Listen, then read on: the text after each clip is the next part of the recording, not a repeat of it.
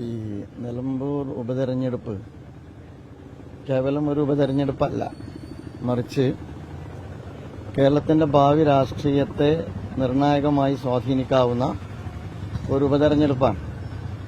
ആ ഉപതെരഞ്ഞെടുപ്പിൽ നിലമ്പൂർ നിങ്ങളെല്ലാവരും ശ്രദ്ധിച്ചിട്ടുണ്ടാകും, രാഷ്ട്രീയ പ്രബുദ്ധതയുള്ള ഒരു മണ്ഡലമാണ്. നിങ്ങൾ സാധാരണക്കാരായ ആളുകളുടെ നിന്ന് നിങ്ങൾ പ്രതികരണം എടുക്കുന്ന ഘട്ടത്തിലെല്ലാം എന്തുകൊണ്ട് യോജിക്കുന്നു എന്ന് കൃത്യമായ ജസ്റ്റിഫിക്കേഷൻ അവർ പറയുന്നുണ്ട്. അതുകൊണ്ട് തന്നെ ആ രാഷ്ട്രീയ പ്രബുദ്ധത തെളിയിക്കുന്ന ഒരു വിധേയത്തായിരിക്കും നിലമ്പൂരിൽ എന്നാണ് എനിക്കതിൽ പറയാനുള്ളത്.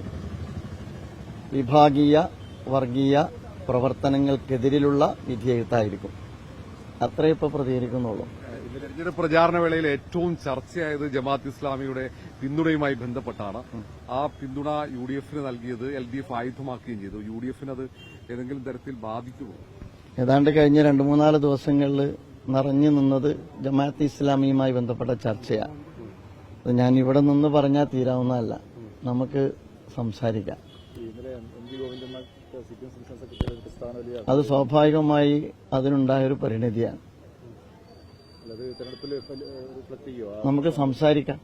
ജമാഅത്തെ ഇസ്ലാമിയുമായിട്ട് ഏതാണ്ട് കഴിഞ്ഞൊരു ഇലക്ഷനിൽ ജമാഅത്തെ ഇസ്ലാമി കക്ഷിയല്ല, നേരിട്ട് ജമാഅത്തെ ഇസ്ലാമി കക്ഷി ചേർന്നിട്ടില്ല. പക്ഷേ ജമാഅത്തെ ഇസ്ലാമി ഒരു സജീവ ചർച്ചയായിരുന്നു. സ്വാഭാവികമായിട്ട് എല്ലാവരും ധാരാളമായി പറഞ്ഞിട്ടുണ്ട്. ജമാഅത്തെ ഇസ്ലാമി മാത്രമാണ് ഇതുവരെ സംസാരിക്കാത്തത്. ജമാഅത്തെ ഇസ്ലാമിയും സംസാരിക്കും. ഇപ്പോഴെന്തായാലും ഇതുവരെ സംസാരിക്കാത്തതുപോലെ ഇപ്പോഴും ജമാഅത്തെ ഇസ്ലാമിയെക്കുറിച്ച് സംസാരിക്കുന്നില്ല. ശേഷം സംസാരിക്കും. വർഗീയതയ്ക്കും വിഭാഗീയ പ്രവർത്തനങ്ങൾക്കും എതിരായ വിധേയത്വം ഉണ്ടാവും. പക്ഷേ ഇത് നമുക്ക് അതെല്ലാം പറയാം, എല്ലാം പറയും. സമയം അതിനെക്കുറിച്ച് ഞാൻ ഒരൊറ്റ കാര്യം പറഞ്ഞു കഴിഞ്ഞു. നിലമ്പൂർ വേറെ പ്രബുദ്ധമായ രാഷ്ട്രീയ ബോധം കാണിച്ചൊരു മണ്ഡലമാണ് നാളിതുവരെ. ആ രാഷ്ട്രീയ പ്രബുദ്ധത ഈ ഇലക്ഷനിലും കാണിക്കും. ഇറാൻ ഇസ്രായേൽ യുദ്ധം നടന്നുകൊണ്ടിരിക്കുകയാണ്.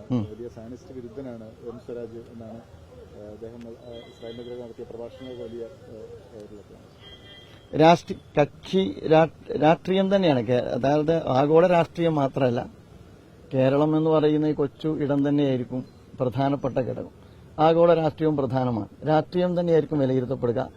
വ്യക്തി മെറിറ്റുകളെക്കാൾ രാഷ്ട്രീയം തന്നെയായിരിക്കും വിലയിരുത്തപ്പെടുക. സ്ഥാനാർത്ഥികൾ സ്വീകരിച്ച രാഷ്ട്രീയ നിലപാടുകൾ കൂടെ ചർച്ച ചെയ്യപ്പെട്ടിട്ടുണ്ട്. ഞാൻ പറഞ്ഞല്ലോ, ഇനി നമുക്ക് സംസാരിക്കാം. തെരഞ്ഞെടുപ്പ് പോലെ ഒരു ഭരണത്തിന്റെ ഒരു വിലയിരുത്തൽ കൂടിയായി മാറും. ഞാൻ പറഞ്ഞല്ലോ, എല്ലാം നമുക്ക് സംസാരിക്കാനുണ്ട്. ജമാഅത്തെ ഇസ്ലാമിക്കും സംസാരിക്കാനുണ്ട്.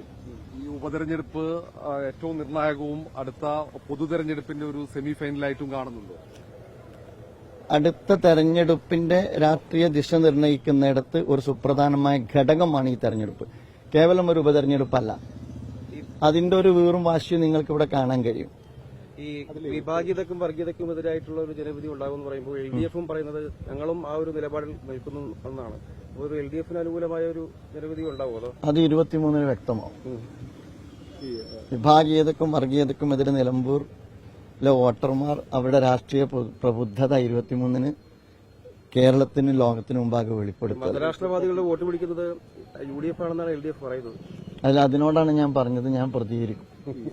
ഈ വെൽഫെയർ പാർട്ടിയുടെയും ജമാഅത്ത് ഇസ്ലാമിയുടെയും പിന്തുണ സ്വീകരിക്കുമ്പോഴും യുഡിഎഫിൽ ഒറ്റ കാര്യമുണ്ട്. യുഡിഎഫിലെ കക്ഷി നേതാക്കന്മാരായ പലരും പറയുന്നത് ജമാഅത്ത് ഇസ്ലാമിനോടുള്ള വെൽഫെയർ പാർട്ടിയുടെ നിലപാട് ഞാൻ പറയും പഴയത് തന്നെയാണ്, അതിലൊരു മാറ്റമൊന്നുമില്ല.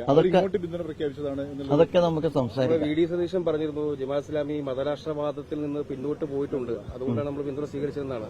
അതിനെക്കുറിച്ചും ഞാൻ പറഞ്ഞല്ലോ, ജമാഅത്തെ ഇസ്ലാമിയെ കുറിച്ചാണ് ചർച്ച നടന്നത്. ഇതുവരെ നടന്ന ചർച്ച ജമാഅത്തെ ഇസ്ലാമിയെ കുറിച്ചാണ്. ഇതുവരെ ഈ നിമിഷം വരെ ജമാഅത്തെ ഇസ്ലാമി സംസാരിച്ചിട്ടില്ല. ജമാഅത്തെ ഇസ്ലാമിയെ മുന്നിൽ വെച്ചുകൊണ്ടുള്ള ഒരുപാട് തിയറികളും സിദ്ധാന്തങ്ങളും നെറേറ്റീവുകളും ഒക്കെ നിലമ്പൂർ മണ്ഡലത്തിൽ രൂപപ്പെടുത്തിയെടുത്തിട്ടുണ്ട്. സ്വാഭാവികമായും ഒരു പ്രസ്ഥാനം എന്നുള്ള അർത്ഥത്തിൽ ജമാഅത്തെ ഇസ്ലാമിക്കും പറയാനുണ്ടാവും. അത് ജമാഅത്തെ ഇസ്ലാമി പറയും. ഇതുവരെ സംസാരിച്ചിട്ടില്ല, ഇപ്പോഴും സംസാരിക്കുന്നില്ല, ഇനി സംസാരിക്കും. ചർച്ചകൾ തെറ്റിദ്ധരിപ്പിക്കപ്പെടുന്ന രീതിയിലേക്ക് പോയിട്ടുണ്ടോ? നിങ്ങൾക്കറിയാവുന്ന കാര്യമാണല്ലോ അത്.